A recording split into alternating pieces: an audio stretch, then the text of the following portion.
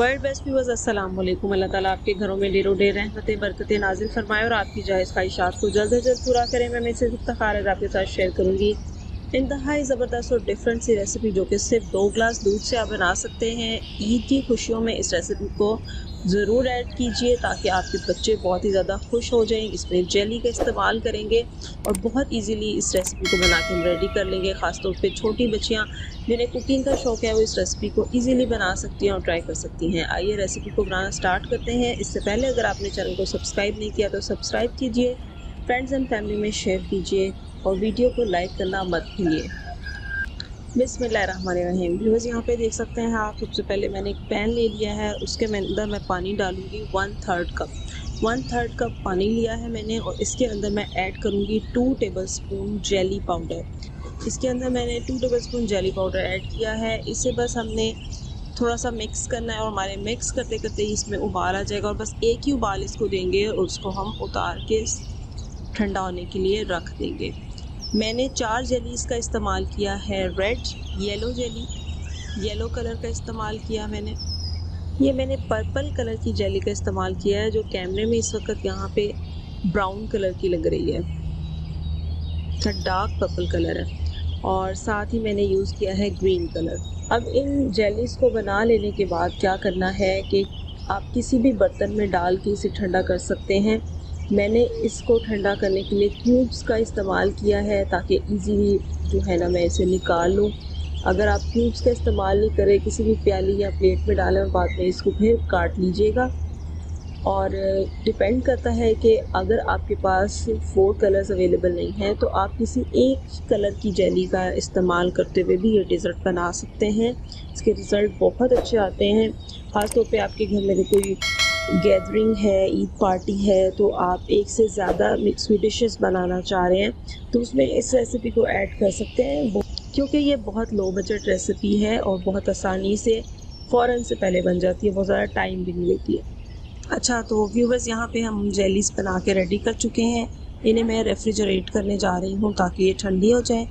जब तक कि ये ठंडी होती हैं चलते हैं आज की अच्छी बात की तरफ। रसूलुल्लाह सल्लल्लाहु अलैहि वसल्लम ने फरमाया, मुसलमान जब भी किसी परेशानी, बीमारी, रंज व मलाल, तकलीफ़ व गम में मुब्तला हो जाता है, यहाँ तक कि अगर इससे कोई कांटा भी चुभ जाए तो अल्लाह ताला इसे इसके गुनाहों का कफ़ारा बना देता है। सुभान अल्लाह। अल्लाह ताला हमारी तमाम गलतियों को माफ़ करके हमें दुनिया और आखिरत में कामयाबियाँ नसीब फरमाए। आमीन सुम्मा आमीन। जी, तो बिस्मिल्लाहिर्रहमानिर्रहीम। यहाँ पे मैंने एक और पैन ले लिया है और मैंने चूल्हा ऑन किया। चूल्हा ऑन करते वक्त मैं दुआ ज़रूर पढ़ती हूँ, अल्लाहुम्मा अज्जिरनी मिनन नार। आप भी पढ़ा करें ताकि आपके भी नाम एमाल में बहुत सी नेकियां लिखी जाएं और अल्लाह हमें जहन्नुम से निजात का परवाना नसीब करे। और चूल्हा ऑन करने के बाद मैंने इसमें 2 ग्लास दूध ऐड कर दिया है। 2 ग्लास दूध ऐड कर देने के बाद हम इसको पकने के लिए छोड़ देंगे। अब मैं यहाँ पे इसमें 1/3 कप जो है वो चीनी ऐड कर रही हूँ। आप चीनी इसमें अपने टेस्ट के मुताबिक भी ऐड कर सकते हैं। इसे हम तब तक पकाएंगे जब तक कि इसमें 2-4 उबाल नहीं आ जाते। अब मेरे पास ये जेलेटिन पाउडर है, ये 150 ग्राम है जो कि मैंने इस 2 ग्लास दूध में ऐड कर दिया है। जेलेटिन पाउडर ऐड कर देने के बाद इसे अच्छे तरीके से मुझे मिक्स करना है ताकि हर चीज़ जो है अच्छे से बीच में मिक्स हो जाए। और इस वक्त यहाँ पे चूल्हा ऑन है और चूल्हा जो है वो मीडियम टू लो फ्लेम पर है। अच्छा, यहाँ मैं एक बहुत इम्पॉर्टेंट बात आपको बताना चाहूँगी। जेलेटिन पाउडर ऐड करने से क्या होगा कि पॉसिबल है कि आपका दूध आपको फटा हुआ सा फील हो, फटने लग जाता है दूध। तो इसमें आपने परेशान बिल्कुल भी नहीं होना, उसको ठंडा करने के लिए छोड़ दें थोड़ी देर के लिए। और अगर फिर भी आपको वो लगता है कि ये फट रहा है तो आप उसे फ्रिज में रख दें। जब वो अच्छा सा ठंडा हो जाए तो आप बाहर उसे निकालेंगे तो वो थिक थिक होगा।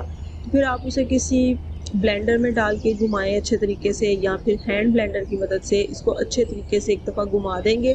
तो अगर उसमें आपको कोई फुटकरी या फटापन फील हो रहा है तो वो ख़त्म हो जाएगा। इसमें बिल्कुल भी परेशान नहीं होना। और इस तरह की जो टिप्स हैं ना वो कोई भी नहीं आपके साथ शेयर कर रहा होता।